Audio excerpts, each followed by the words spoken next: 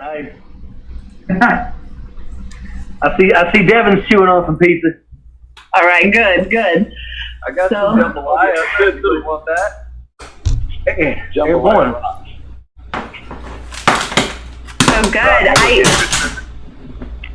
I know that we're here, we're so appreciative of the folks who are supporting us here. As many of you know, or should know, that we are all Democrats running in deep red districts all across the U.S., and we are working hard in our respective races, and we are just trying to connect and make sure that these races are not just handed over to Republicans, because that's what happens a lot, especially here in the state of Florida. We had a very momentous thing happen here. We filled all of our races with Democrats. Every single state House and state Senate race now has at least one Democratic challenger. In the state of Florida, this hasn't happened in 25 years. That's because we are all like-minded, just like us here at No Dem Left Behind, that we should fight. We have to give it a fighting chance. And one of the reasons that we're all here together is because we are stronger together, right? We're stronger together as candidates, and we're stronger together as volunteers and people who are working to make sure that Democrats, and even districts that the numbers are not looking so hot, or we're just written off immediately because of 100 different reasons, that we have a shot. And it's folks like you who join us here today to give of your time and your talent and your energy that really make that possible. So thank you so much for being here today. And I was just kind of stepping in to start talking for our live broadcast, but I don't know what else to say. So if somebody else does, please feel free. Let me hop in here real quick. Can everybody hear me? Hi, Rich. Yeah. Awesome. Okay, first off, we'll go through here because anybody on the outside, I want to do an introduction with everybody, but then also, talking about volunteers. Honestly, it's really important for each and every one of you all to be reaching out to try to see if you can't build your volunteer base, because those are the people that's going to be making the phone calls for you. Those are the people that's going to be knocking on the doors for you. Those are the people that on election day are going to be driving people to the polls to make sure that they're casting their vote. And, we want to make sure that, until the election, the general election, that's what we have to do. We got to continue building the volunteer support base for each and every one of y'all. Let's take this time real quick for people that are going to come on here. And let's start with Devin. I just want you to kind of introduce yourself to some of these new folks, because this video is going to be seen by lots of folks when they post it, but just want to do an interview or an introduction. Absolutely. Well, I guess I'll stop eating my pizza for now. It is delicious, though. My name is Devin Pandy. This is my fiance Atia, and we are running for the Georgia 9th Congressional District House seat. We are running to take Doug Collins' seat. Make sure that the Republicans do not occupy that seat for the next year, maybe for the next 4 or 6 years. A little bit about me: I am engaged. I have two kids. We are planning on having 4, and I am a 21-year veteran of the United States Army. 5 deployments. Love my service. I'm retired now, 100% disabled. Loving retirement. Loving getting out of it, getting into politics, and I am just raring to go. I told somebody today, I am not a politician. That's not what I do. However, I have dedicated my life to helping people however I can, wherever I can, whenever I can, and that's exactly what I'm trying to do for the night. Awesome. Real quick, just one quick question. Are the veterans organizations reaching out to you, VFW, American Legion, those groups? They have not, no. Okay, make it a point to go and at least, try to figure out who the main folks are, because ultimately at the end of the day, your service to this nation, you are the one that they should all be lining up to support. And that's a fact. So that's awesome. All right, Mia, you ready? Of course I'm always ready. I'm just trying to get the oven preheated because I'm going to make me some pizza. And y'all might want to watch me make some pizza, so I'm setting up the camera as well. But friends, I'm a veteran, just like Devin. Not that much disabled, but guess what? I live on my pension, less than $13,000 a year.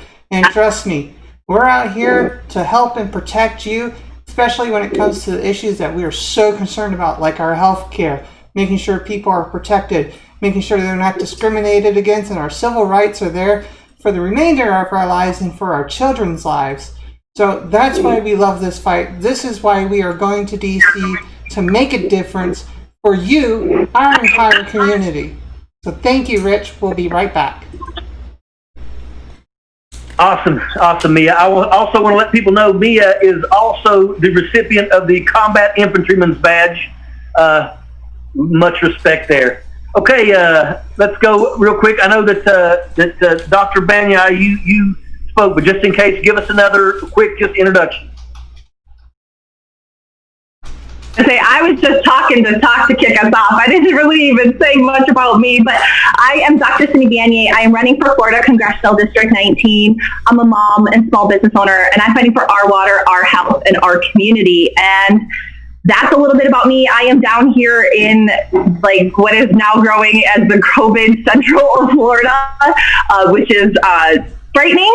Frightening as the mother of a vulnerable child. So my daughter, who will probably bound in here at some point, she's 3 years old and spent the first 2 years of her life in and out of the hospital fighting a rare blood disease. And while she was fighting for her life, we were fighting the insurance companies. And no American should be faced with that, be faced with medical bankruptcy, and have to fight profiteering to save their kids' lives, or anyone in their family for that matter. So that's what got me in the fight. I am also somebody who's been very committed to our community. I'm a longtime activist and nonprofit management consultant, and I've run nonprofits, homeless organizations in this area.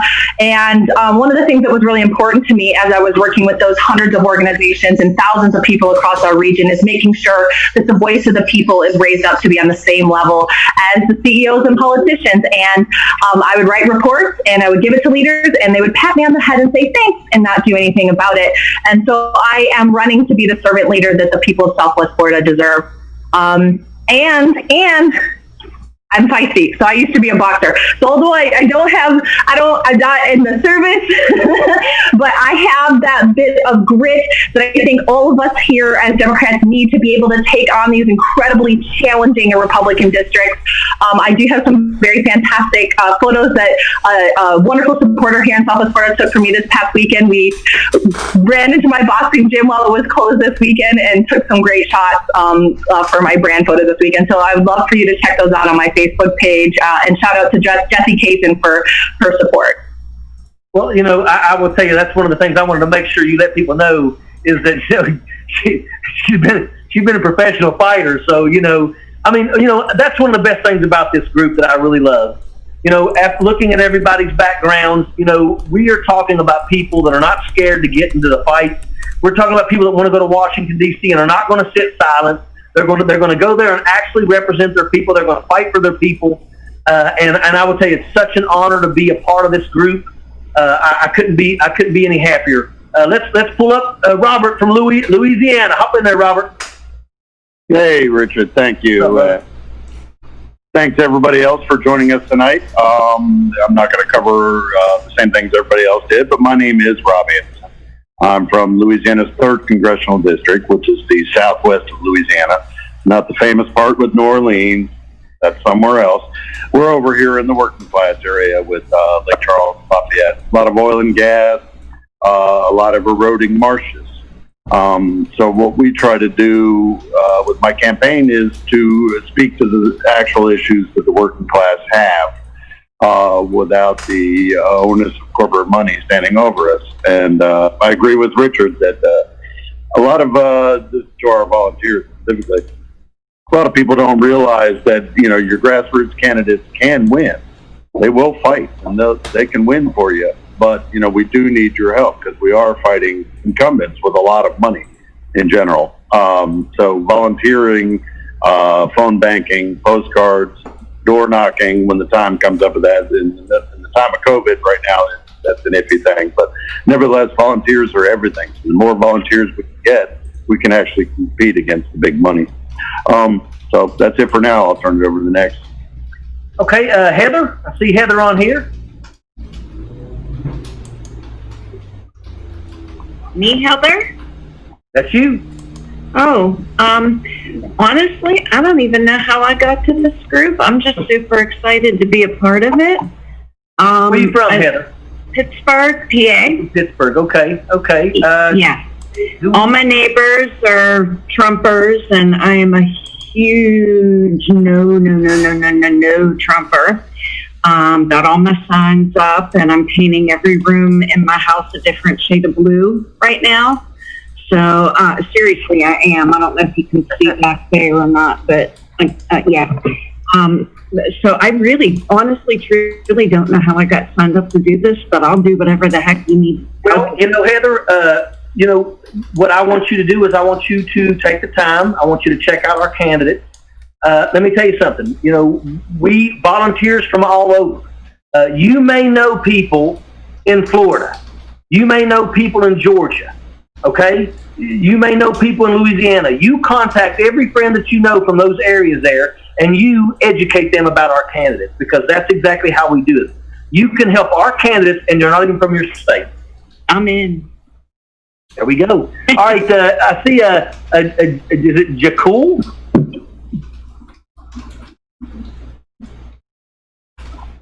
Hey everybody, it's J.E. Colton.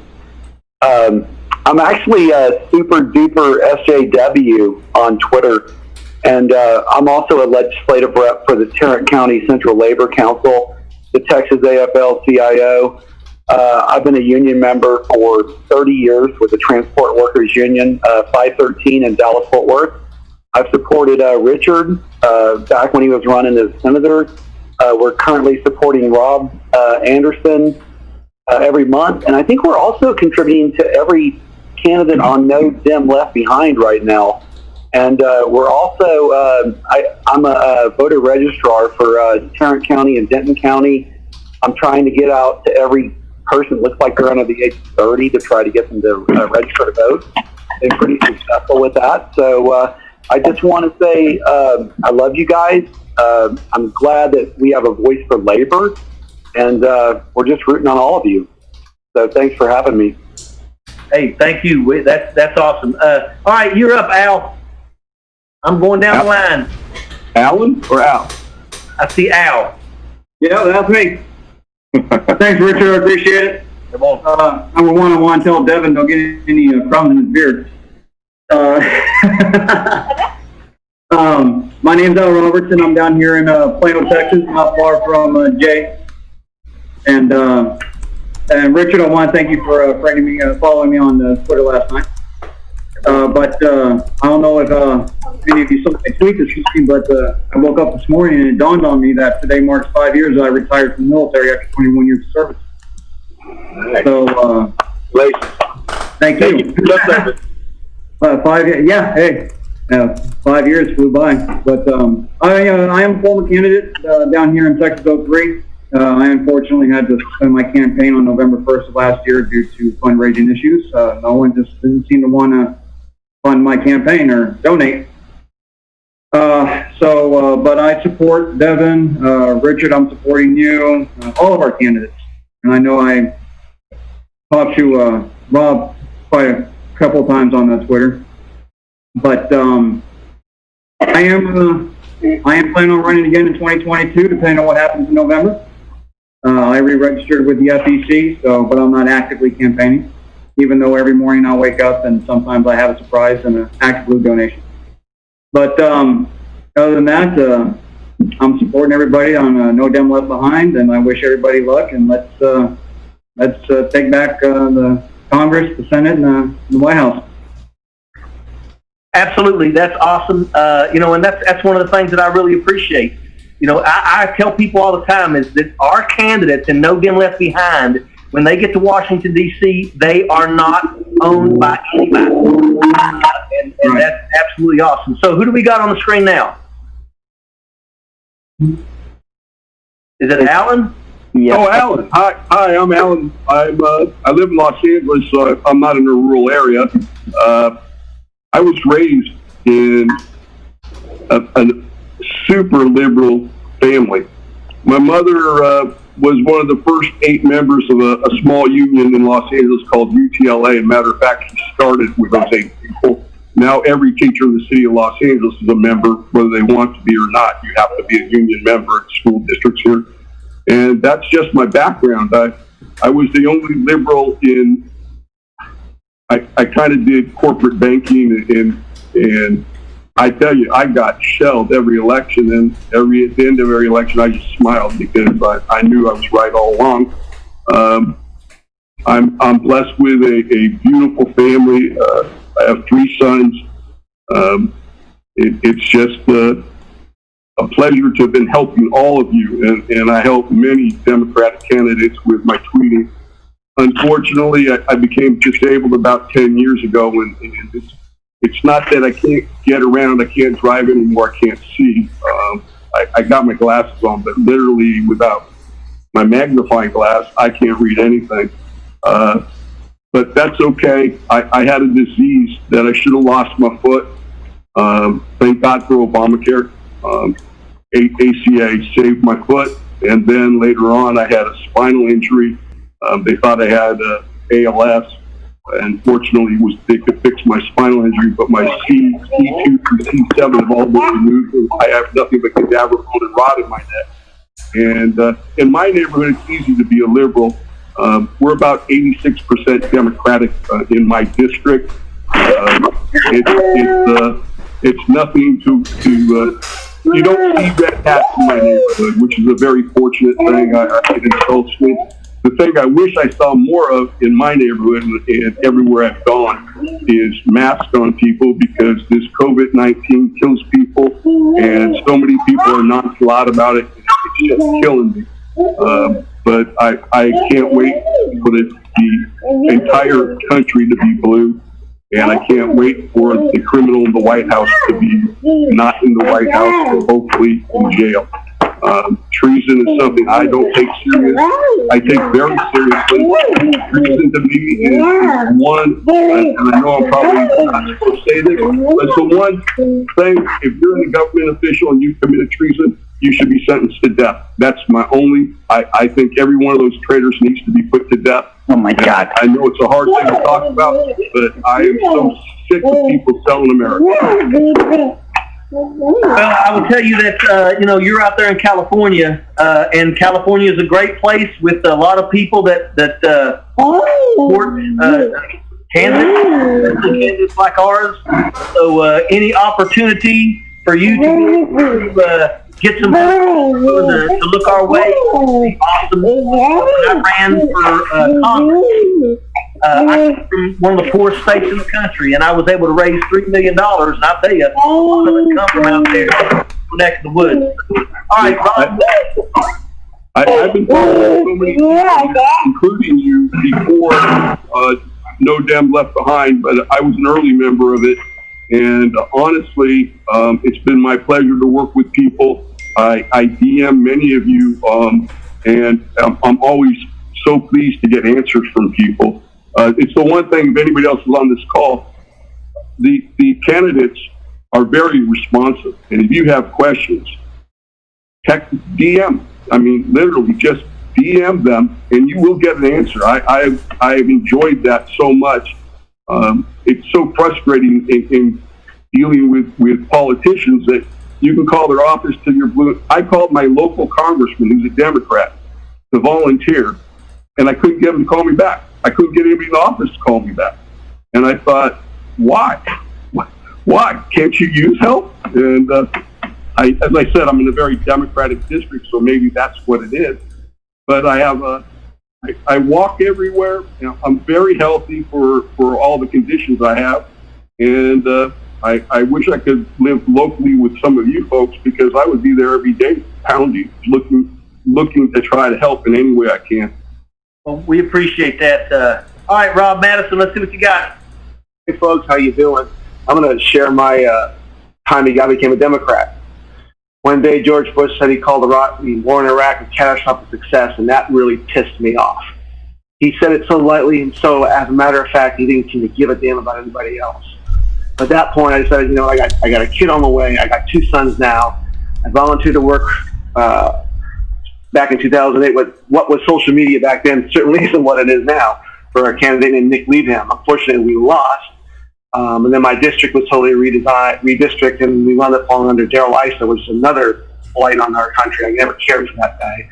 And now Mike Levin is now my congressman. He's a good dude. So my thinking here, I'm just trying to listen to everybody here and see where I can go, what I can do to sort of help online, what I can do to help promote. Myself, I'm furloughed. I'm an IT manager for a company called Green Flash Brewing Company. So I'm here by myself, basically at home, only working 9 hours a week. My wife lost her job also, so I'm trying to find something to do as well.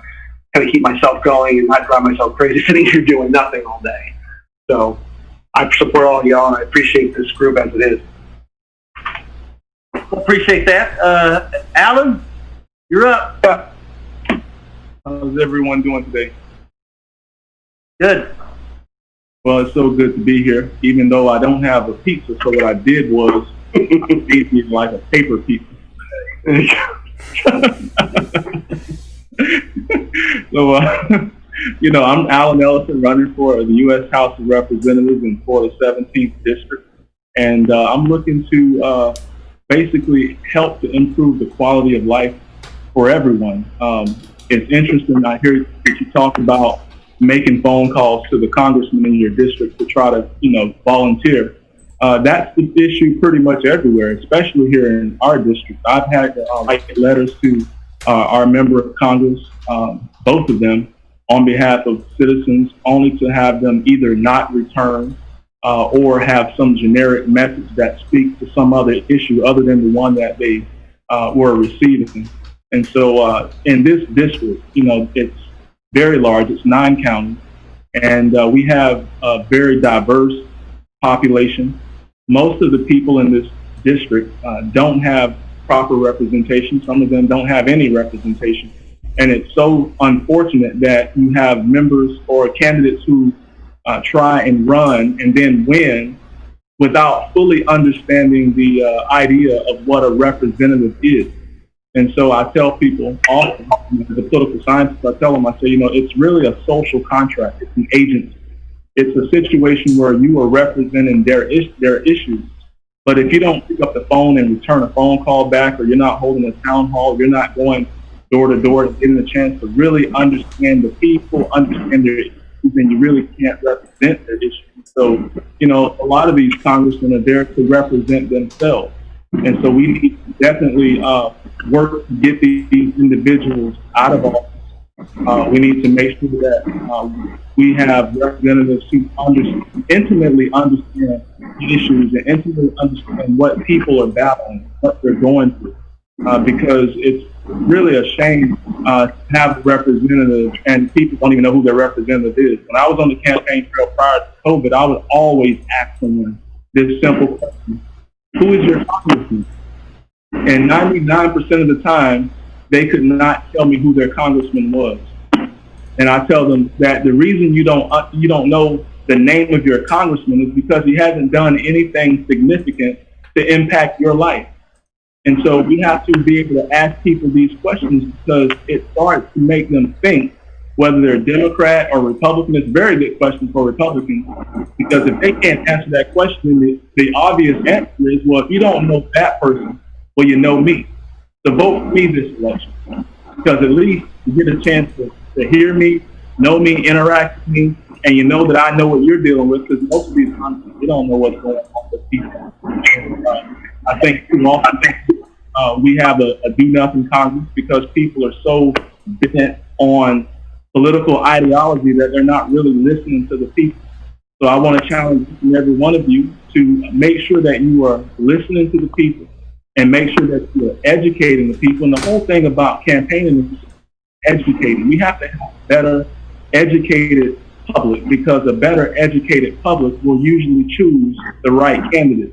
When I was in political science, one of the things we found out about elections, it's usually a beauty contest, because most people are not going to take the time to get to know the background of the candidates, and not to take the time to look at the policies. They're just going to look at the surface stuff, like how much swagger this person has, or how much money they've raised, or what is their title like. Stuff that really does not happen. And the things that do matter is, does this person have a heart for this? Does this person have a comprehensive understanding of policy, government, and how it works? If you think about the fact that we haven't had real education about policy and actions of our politicians before election, this is exactly how Donald Trump got elected when he did. We got an individual, because the country was really tired of career politicians not doing anything, not returning phone calls, and they wanted something different. It's a shame that we got something so different, that we got an idiot who can't even grasp the concept of policy, government, or really have the capacity to care for people. He's a narcissist, doesn't have the capacity, doesn't have the empathy, and will throw anyone under the bus who's not loyal to anybody, but demands complete loyalty. It's a real shame that he has done nothing with a Russian dictator who has placed bounties on the heads of our soldiers. We need to get rid of him quick, fast, and in a hurry. And so I'm very happy that Joe Biden is running for president. I'm very happy that Devin is going to unseat Doug Collins, because he was one of the guys that was on the hearing when it came to the impeachment, along with my congressman, who I'm trying to unseat, the one that called the lawyer, the New York lawyer, like 3 times. So we need to get rid of these kinds of individuals, because they're only there to basically do the bidding of the president and look out for self, not the people. So thank you all very much for taking the time to get on this call.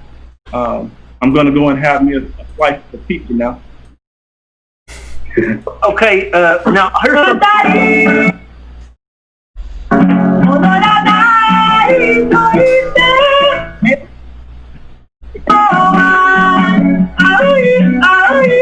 What the heck is that? I just tried to sing the phone.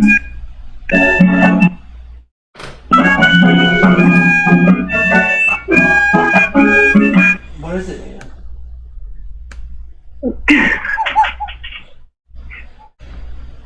Okay. Bombed. What was that? That was a Zoom robber. Real quick, what I want to do before we go to Adam Christensen, I want to make sure that everybody remembers in the last the live town hall that I did, and I spoke about the live videos.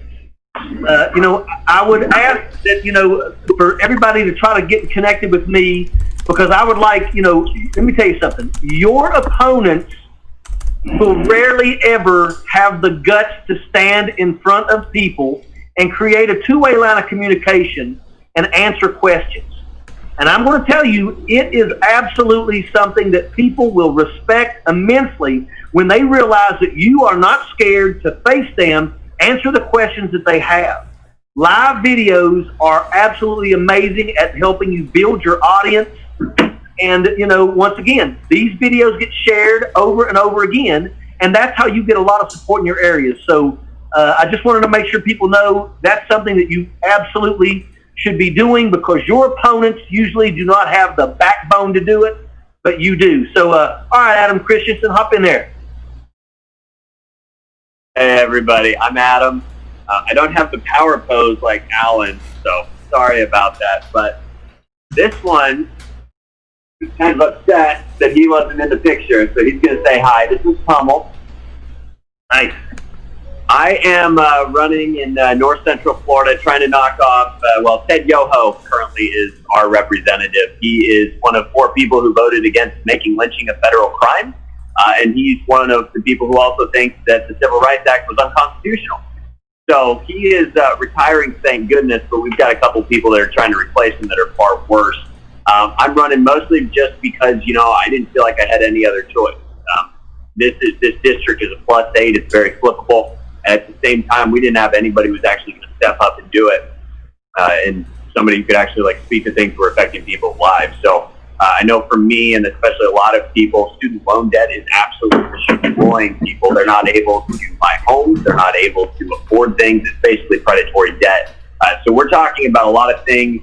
I'm calling things like Medicare for All a middle class and small business tax cut, because at the end of the day, we're cutting private taxes. And so premiums, deductibles, those are taxes. And so we're really framing a lot of things, a lot of progressive ideas, a lot of things that are very popular in a way that especially conservatives and independents, like. And so we refer to a lot of things in a very different way than a lot of people do, but we refuse to water down actual policy. And so that's we're running down here in North Central Florida, basically trying to flip it. Cindy, shout out to my other Floridian, and then also Alan, who has been teaching me about presence on the camera. So Rob, have you changed clothes since we started this? Because I really can't keep up anymore, man. Like the amount of profile pictures you switch every single week, driving me crazy. That's it. That's all I got. I have jambalaya. I don't have pizza. Sorry. I know that was in the memo. My bad. Okay. Now I think, do we have any other candidates out there that we have not had spoke yet? So for the other folks that are on here, I'm assuming that maybe you all have some questions for some of our candidates. Here we are. That's right. We are here. Start filling the chat box so that we can get those questions passed around, so that Richard can get us in there. We're ready. We've been doing this since August, and before then, getting prepared, getting ready. It's now springtime, and summer's just started, and the weather's looking good. We want to go splash in the water. Make sure you're out there and you're wearing your mask. So, let's get our questions in. Type. All right, I'm looking here. If anybody has a question they want to pop on and ask, go for it. I'm looking at these chats now. All right, while we're waiting for that, one of the best things I can tell you is, how can you help? Well, on the live feeds, we actually have our website there. It's called NoDemLeftBehind.com. Tell others to join us. Make them a volunteer. Encourage them to join us. Also, if you just want to contribute, the website is right there in front of you so that you can make a small grassroots donation that gets divided among all of our amazing candidates that you are seeing here tonight. Fight for our rural districts to make them blue. That's what's going to happen. Here's our first question. Who wants to tackle this one? Can we successfully expand Medicare for all? Who wants to take that one? Raising, or I'm going to put everybody's name in a hat. Go, Adam. Yeah, absolutely. And I think that the way that especially for people like us have to approach it running in red districts is we focus on a couple of things. We focus on, number one, what are insurance companies, what are they actually? They are middlemen. They are basically just predatory, and essentially they are taking money from us, 30% of everything that we pay. And so when you focus on things like that and basically say, and you can almost make a Republican argument here, which is absolutely wonderful, you want to cut the fat, you want to basically trim regulation, and the way to do that is to remove the middlemen from the system. And then you point out that the insurance companies only function essentially to deny care, and that the reason things are so expensive is that they are in it. And so when you really focus, I think, on the insurance companies, Republicans and independents hate insurance companies. That's one thing. They hate them almost as much as they hate towing companies. And if we focus on those things, and you basically put the onus on that, and you really focus on that, especially in rural areas, you get a lot more support than, and you basically don't allow them to turn it and say, oh, well, this would be socialized medicine. You can really frame it in a way that takes that away from them as an argument. Okay, awesome. Anybody else got anything they want to add to that? I'd like to add, actually, because this is one of the big issues for me. One of the things that I talk about is not only just having a phased approach in the way that some of the presidential candidates have talked about the issue, but then, talking about it in terms that are not so buzzworthy also. I did a lot of my research and had lived previously in Japan. So I talk about basing it off that system, even though technically Obamacare borrowed quite a bit from the Japanese model. There are a lot of components of it that we did import fully, like a sliding scale user fee, like a decentralized implementation, like a national cost setting. Those are the major components that make that plan a lot more feasible in the long run. And we talk about that, yeah, there you go. It makes it a little bit more palatable than just, saying, oh, we're going to expand a program, because that sets off the folks who are the small government folks, right? Saying, oh, we need it, The other thing I think that we need to make sure of as Democrats is to make sure that we're getting out of the how we're going to pay for it trap. Because this is, again, where people who want to blow holes in the Medicare for All or any kind of healthcare reform, they really get us in a pickle, because, yeah, it's going to probably cost money, but it's ultimately in the long run going to cost less. But furthermore, in any government program, when we start talking about how we're going to develop programs to serve the public good, money in the U.S. economy, economic sense when it comes to public good, is not really the problem. If we're seeing that happen in real time, we're basically pulling money from thin air, because it's a commodity, it's a public good that the government controls.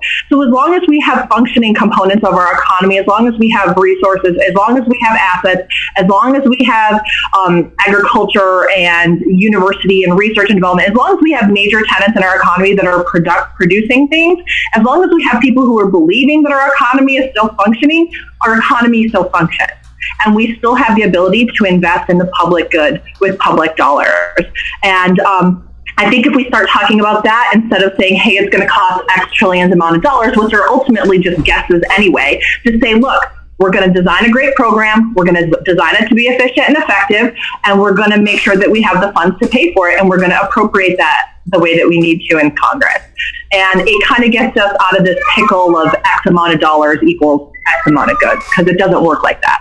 Excellent answer, Cindy. Now, Thank you. I want to jump on this one real quick from Dennis Parker, and it talks about how do you remove the stigma in these districts of having the D next to your name. Let me tell you, people need to understand that the Democratic Party historically has always been the party that actually stood up for the working class citizen. That's a fact. Democrats have always supported the unions, and the Republicans are always supporting the corporations. The Democrats are the ones that believe that if I'm going to send you away and break you in war, I'm going to fix you when you come home. We believe in raising the cap because we want to take care of our elderly. We want Social Security to be there for our kids. And we are the party that believes that we need to help people elevate themselves out of poverty with a hand up.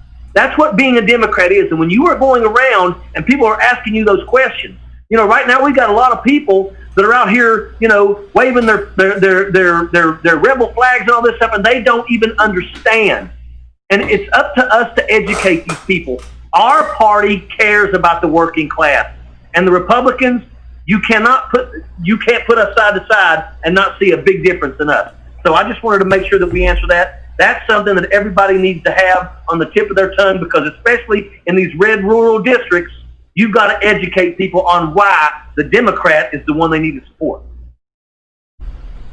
Awesome. Thank you, Rich. We had another question that was about Medicare, and it was talking about how do we convince those to actually do it?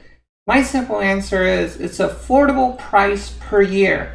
You take a look at HR 1384, you're going to see that some people will be paying just like me who have TRICARE for Life, which is called Medicare in some states and areas.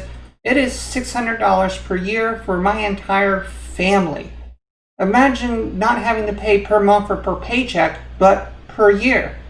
That's what I take to my neighbors. That's what I take to the community. And I tell them that because it's going to be important, because they're going to, save money all year long, especially when it comes to co-pays and prescriptions.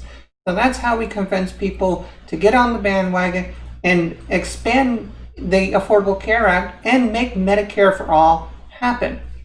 Who's ready for the next question? All right. Devin, do you want to take a question? I think Lauren's got a good question. Yeah, she does. All right, so the question is, what local federal policies do you believe can help combat racial injustice and systematic racism? All right. Racial injustice and systemic racism. So, there are a few things that I have already called for. Simple things like banning chokeholds, banning police chokeholds. That can go a long way in saving a life. Banning phone restraint. Those can go a long way to saving life. But then you also have, there are, how do I put this?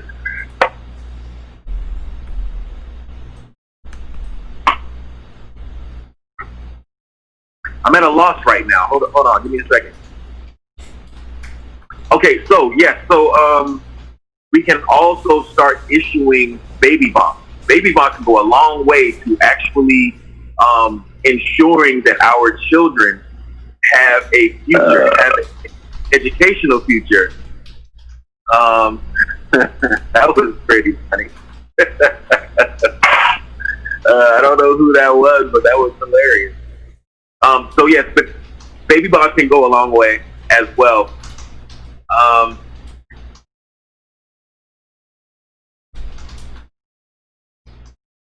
All right.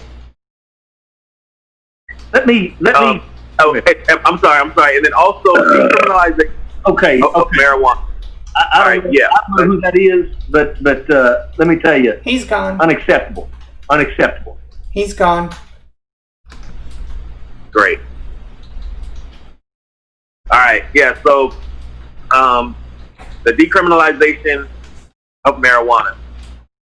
That can go a long way. So, the decriminalization of marijuana, you have to understand that for what happened is that certain drugs that are commonly used by certain races have been criminalized in a different way than others. And so while you'll have marijuana, which should not be criminalized in the first place, but you'll have your black crack user getting 20 years for using, and you'll have your white cocaine user getting 6 months. And there's no way that anyone can convince me that that is fair. So not only decriminalizing marijuana, but also ensuring that our other drug offenses are balanced. Let me. This is a phenomenal question from Lauren, and I'm sure that many of us here probably have something to add to this.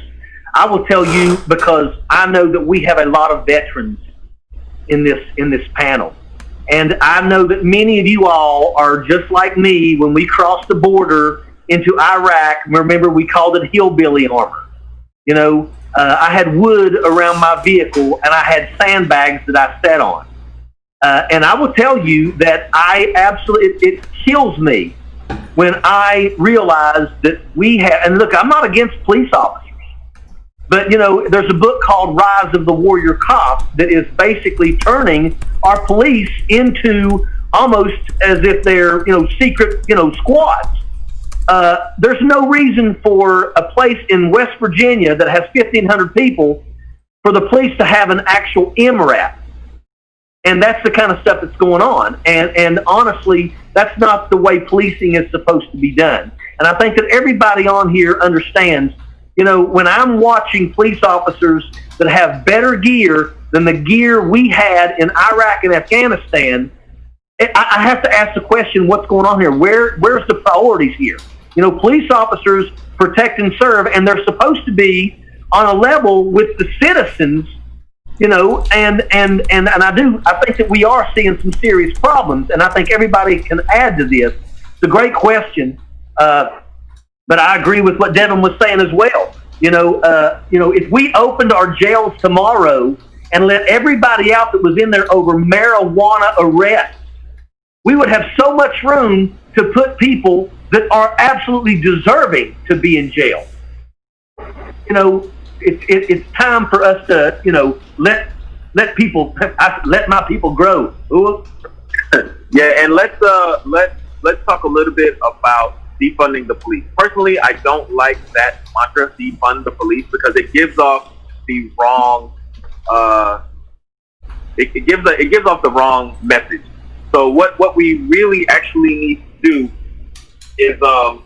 is we need to reallocate police funding. And the reallocating, we can do so much more with the money that is used on a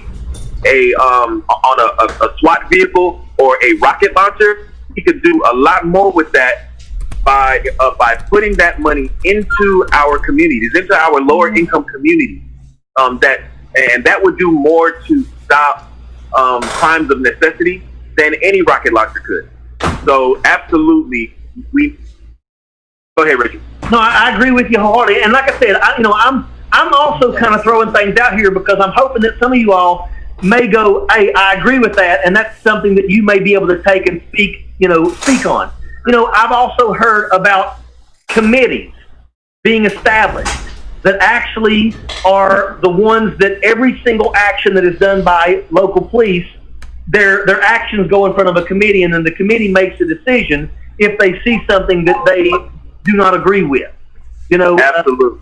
I'm absolutely supportive of those type of things because I will tell you that 2 days. It was like two days after George Floyd was murdered. I flew to Minneapolis and I went down to the exact spot.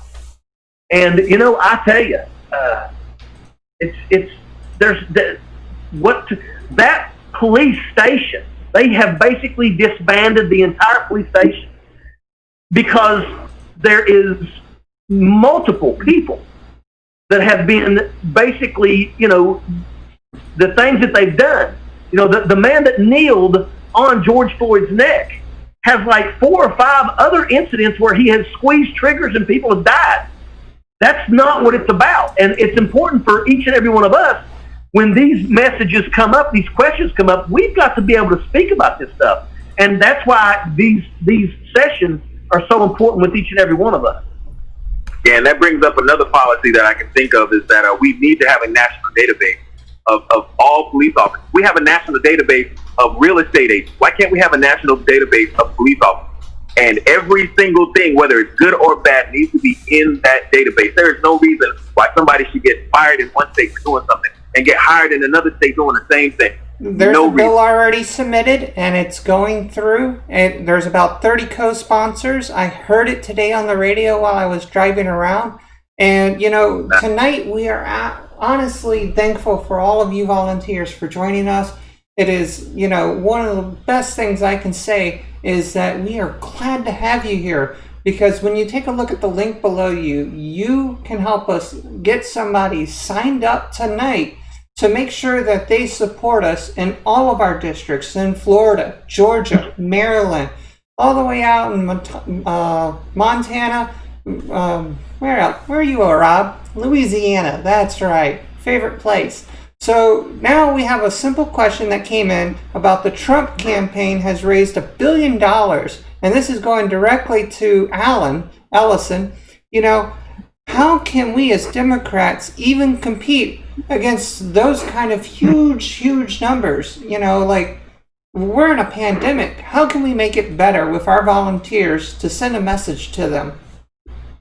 Great question. It's very difficult to compete against big dollars. When I ran it in 2018, I had 28 days to run against a state senator who was running for the U.S. seat.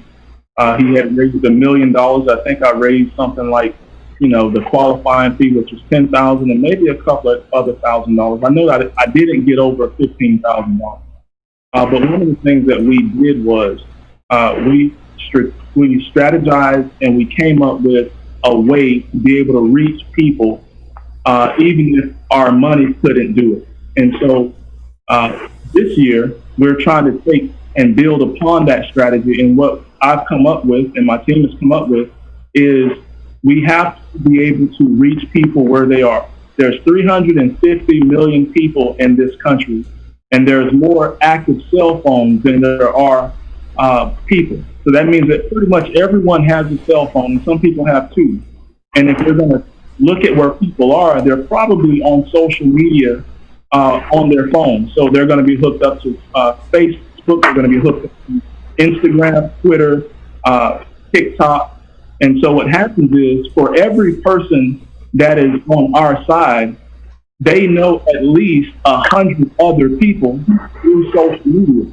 So we have to be able to utilize technological platforms in a way that maximizes our voice, maximizes our stances, and more than anything, we have to synchronize our message, because we are a party, and as Richard was saying earlier, the progressive agenda has always been about improving the quality of life for everyone. But in that, we are also the party who tries to tackle all of the social issues. And what happens is that our main message gets lost. And the Republicans' message is usually one or two dimensional. It's pro-life or pro-gun. And that message, it gets their people fired up. We need to synchronize our message. And I keep calling for the progressive agenda and the Democrats to keep focusing in on improving the quality of life.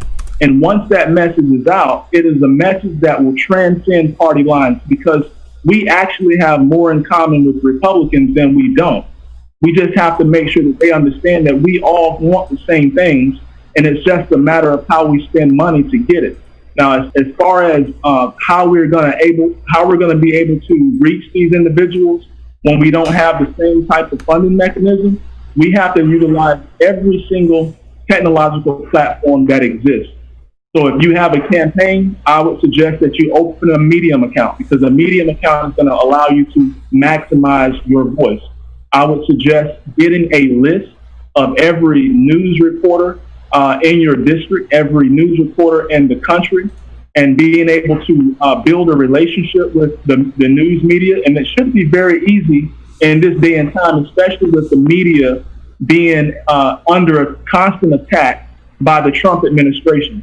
Now, Malcolm X said something that was very important. He said, "He who controls the media controls the people." When he made that comment, multimedia did not exist. The only media we had was newspapers and television, radio. Today we have newspapers, television, radio, we have social media, and then we have websites, and then we have a digital media, which is text messages and things of that nature, cell phones. So we have even more platforms that we can utilize to reach even more people than we've ever had before. And if you remember, when Obama ran, he didn't have the big dollars like the other candidates had, but he utilized technology and social media in a way where he was still able to get his message out. It was a strong message. It was a timely message.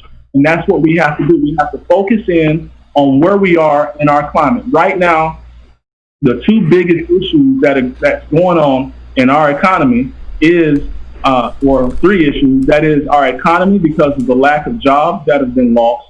And that is the COVID situation. So you're talking about healthcare, and then you're dealing with the Black Lives Matter movement after the death of George Floyd. So people are up in an uproar right now. There's a lot of energy in the room. And what we have to do is we have to take those three issues, because that's pretty much what people are talking about. And we have to put together strategic, focused policies that speak to those issues that people, because they're having the conversations right now. If you look at analytics, there are companies that you can literally see exactly what people are talking about. It's usually going to be God, Jesus Christ, Obama, and then it's going to be these issues. George Floyd, it's going to be COVID-19, it's going to be jobs in the economy. So if we focus on those issues, we should be able to win, even though the Trump administration has put $1 billion into their coffers. Because with all of their money, they are still losing. Joe Biden is ahead of Trump in all of the polls across the country. And we have to make sure that we are leading in the polls by not only synchronizing our message with his campaign, but also synchronizing our message with the issues that people are talking about. I know that every issue matters, and it has always mattered. But we have to synchronize those issues and synchronize those messages to speak to what people want to hear about. There are companies in New York, WPP, all these marketing companies, they spend billions of dollars every year to know exactly what is on the hearts and minds of people, and then they target those people with messaging.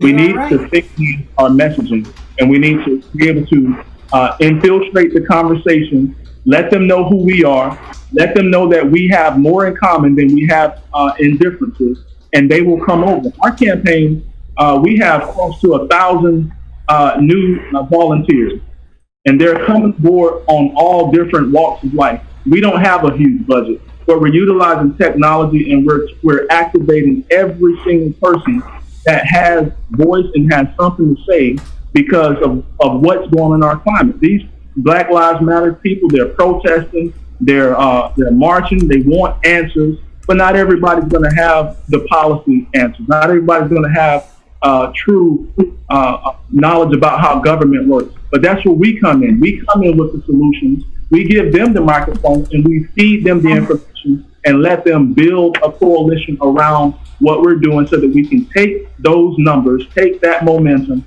and get into office. Because if we're really going to change policies, and if we're really going to change systemic racism and social injustice in this country, you have to have a seat at the table. So I want to challenge each and every one of you that are on here tonight that are ambassadors, consider running for office in the next election. Because the more Democrats we have running for office, every Democrat has a base of people that follow them. And if we get all of those bases of people in all of these offices to get out and get motivated, we have more Democrats in this country than we have Republicans. There's no reason why we can't. We're going to win, Alan. We will make that difference. And we have to be able to drive that home by getting our volunteers to not just join your campaign, but everybody's campaign. This is why we are a whole coalition. And we understand we got a ton of issues to get through, and we have to make sure that everybody has their time. And we want to make sure that we talk about some of the biggest things that are going on right now, like the pandemic and other things like healthcare and jobs. Now, the thing is people have a home. They could lose their home if they don't have a job. And the thing that they're not thinking about that is there every day is climate change when they drive to work. And this question is for you, Rob. You're down in Louisiana. Real quick, let me before you answer that question, because there's two things. Number one, remember, we are running in red rural districts. So do not be scared to go out and engage with Republicans. You know, if you win, they have to understand that if you win, you are going to be a congressman for all the people. So that's a very important thing, because sometimes, you know, when you start talking that party piece, people only think they want to support one side, but you can convince those people to support you because you're going to go there and work for everybody. Now, on top of that, also, remember, no matter what, we vote like we are the tiebreaker. I don't care what the polls say about Biden. We go to the polls like we are the tiebreaker, because I'll tell you right now, they're hoping that people will think, Biden's got this in the bag, and we don't want to wake up the next morning to find out that Donald Trump just got another 4 years. Excellent. Thank you, Richard. Now, we understand we got a lot going on, a lot on our plates. We got a whole pie to eat. And, you know, hopefully you're enjoying this. Wonderful questions y'all have provided. And Rob Anderson, we got a question for you, especially from somebody who's in the room right now. How important is climate change for you? Very important, actually, down here in Louisiana. It's not a theoretical issue like it is in perhaps in some parts of the country, perceived anyway as a theoretical issue. Down here, we're losing. The numbers vary, but you know, a football field an hour is a pretty good guess. We're losing to the Gulf all the time, and have been for years. We have problems with oil companies who dredge out new canals and basins and don't fill them back in when they're supposed to because they don't get punished. We have saltwater intrusion into our wetlands. We have, of course, the warming that's affecting us all on a global scale, increased CO2. So it's a very real issue down here. And mostly we address it specifically as coastal erosion because it's very real. And, people in our district actually lose their fishing camps, to climate change. So it's not, something we read about on the news. It's, your neighbor lost their camp. So there's a lot of things we look at. One, a push, of course, as part of our platform towards more alternative energies. One, to bring new jobs, of course, and two, to provide more green energy, which helps the country as a whole, and to incentivize that. Another one is, increasing the federal, you put it, support of levee systems and working on the encroachment, trying to keep the land we do have. A big part of it is regulation, making sure oil companies are actually held accountable for what they do in the district. We already have rules that they ignore currently, as I said, like filling in after they dredge out a canal to reach a new station, they're filling back in afterwards. And there's, I forget the number, 10,000 miles, I think, of open canals that were just left in all these basins. So it is a very real issue, and it's like one of the top 4 issues we have: infrastructure, healthcare, education, climate change. Perfect. Thank you so much for that. And we got just another question, like, what are the most important issues, like, in my district? This comes from Lauren. She's asking me directly. I have to say right now, it's going to be jobs. People are losing their business. There's about 2.2 million restaurants that are looking to close. And I was down in Ocean City today, and they were trying to open up and bring tourists in. And only a quarter of the people there on the boardwalk were actually wearing a mask. We implore everybody, no matter what state you're in, to wear a mask. And if you're a volunteer, you can stand up and try to enforce that. And it's not about ideology or, Democrat or Republican, but it is about making sure that they're safe. So I have the last question for tonight. I need a volunteer. Who would like to answer this one question? How about you, Cindy? Do you want to take this one away? Sure. All right. I'm ready for anything. Here you go. How do you convince somebody to vote for Joe Biden who isn't a fan of Joe Biden? Well, yeah, that's actually something I'm going to have to do in my district as well. I think what it comes down to is really just telling the story and painting the vision of the future in the America that we really want. One criticism I hear from Democrats about Democrats quite a bit running in this very red district is that we're full of doom and gloom, right? But the climate change is coming, flooding is coming, the pestilence, the pandemic, everybody is scared. And when people are scared, they retrench. Okay, they retrench, they stay home, they don't do anything.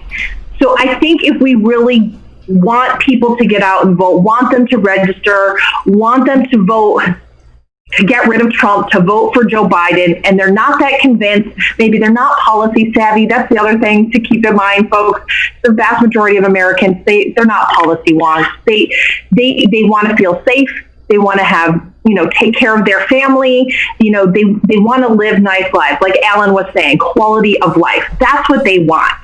And so we have to get them convinced, fill them with hope. This was Obama's whole thing. This is why he was able to get so many people out, is that, we paint the vision of the future America that we want. We want people who are safe in their communities, safe from disease, safe from gun violence. We want people who have good paying jobs that they are paid well for, and not, having their corporations profit off of their work while they're living off the welfare state, right? We want people who can, we want America that's safe from foreign infiltration. We want people to live great lives and be respected and be equal. And if we fill people with hope, then we are going to be able to convince people to come out to the polls and do whatever is necessary, because we know it's going to be crazy, right? I'll tell you, Florida right now, August 18th is our primary coming up, and we are spiking like mad for coronavirus. So we may or may not even have in-person polling. We may get the thing kicked out. We have no idea right now. That level of uncertainty dissuades people. So it's about providing the leadership that we haven't had. The calm, cool, collected security and hope for the future. That is how we're going to get people to vote for Joe Biden. That is how we're going to get people to vote for us Democrats in these red districts, is providing that vision and giving them the security to know that we are with them. Awesome. Thank you, Cindy. Now here we go. A volunteer wants to be able to speak. Her name is Nicole, and she's ready to ask one of us a question. Take it away, Nicole. Thank you, everyone. I don't know if I exactly have a question, but more commentary. First off, I'm in West Virginia, so I just want to shout out Richard. Also thank him for endorsing Paula Jean when she won our Democratic primary as well. I voted for him in the last one and her in this one, so West Virginia in the House. Appreciate you standing behind her. Also, to the question of how are we going to pay for all these things, it shouldn't be a question of how we're going to pay for anything. It's our money. The money comes from taxes. Taxes come from working people. Therefore, it should go to paying for what is going to benefit the most amount of people. And as far as the police brutality and the issues with the Black Lives Matter movement and things like that, I have a comment, because my twin brother is a police officer in Richmond, Virginia. And while a lot of the protesters have not been engaging in any of the vandalism or violence or anything like that, unfortunately a lot of them have. And he's been out there for weeks now or days now, and he actually is on medical leave and has to have surgery tomorrow because of an injury he sustained during the protest while he was working. And my mother is, of course, very, very worried for him and has been. And the only reaction, the only way she has to express her fear for my brother is by being angry at the protesters and angry at all of them. So her whole thing is, you know, they should be locked up, whatever the case may be, because that's the only way she has to express her fear for my brother. I'm a little more nuanced. I see both sides of the issue. Of course, I fear for my brother as well, and I support him, and I support the other law enforcement officers that are doing the right thing. But I also see the side of the people that are actually protesting legitimately and not just using it as an excuse for violence. Because I absolutely believe with great power comes great responsibility. So if we're going to give the law enforcement officers the power to enforce the law, they have the responsibility not to abuse it. In situations like, unfortunately, what happened with George Floyd, and situations that happened with Breonna Taylor, those are obviously wrong, 100%, all the way. And I completely support accountability for the officers that do abuse their power. So, you know, I think it's a good opportunity to have dialogue. And I was trying to dialogue with one of my coworkers because I'm Caucasian and my coworkers are predominantly African American. And I think that's the only way that we're going to get beyond this, you know, oh, support the police officers, the protesters are a bunch of thugs versus, you know, Black Lives Matter and all police officers are bad. I think the only way we're going to get beyond that and actually make any changes is if people are dialoguing with each other, you know, actually trying to see each other's point of view. Nicole? Yes, sir. I will tell you that, you know, I like what you were saying. And, you know, I think it's going to require leaders that are going to be willing to take this head on. Let me tell you something. You know, we have to come to the table and admit that the deck hasn't been even. It hasn't been. You know, we know that the prison system in this country was established after the abolishment of slavery. And what they did was they preyed on African Americans. If you didn't have a job, well, then they would basically say you're loitering, and they'd send you to 10 years and put you on a chain gang. You know, we have to first admit that our ancestors were wrong. And then we have to work to try to fix the things that are going on, you know, in this country. There is a double standard.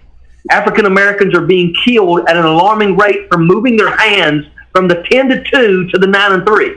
But yet I got white people with AR-15s walking into Capitals with 30-round magazine clips, and they are going there, and there's nothing taking place. You know, there's a double standard in this country, and until we get leaders that are willing to go to the front and address that double standard, nothing's going to change. Until Black Lives Matter, all lives will never matter, and that's a fact. Absolutely. And this is why you have to be a part of our community. Get out there. Even if it's a Black Lives protest, make sure that you are part of that community. Because like you told us, Nicole, your story matters. It's going to make a huge difference once we're able to speak on the House floor to share that. Oh. So. And there was way too many of them. They was coming out of the holes everywhere. Did they bite you? Yeah. All right. That's it for tonight, folks. You enjoy your evening, and please make sure that you sign up at No Dem Left Behind. They scared me to death.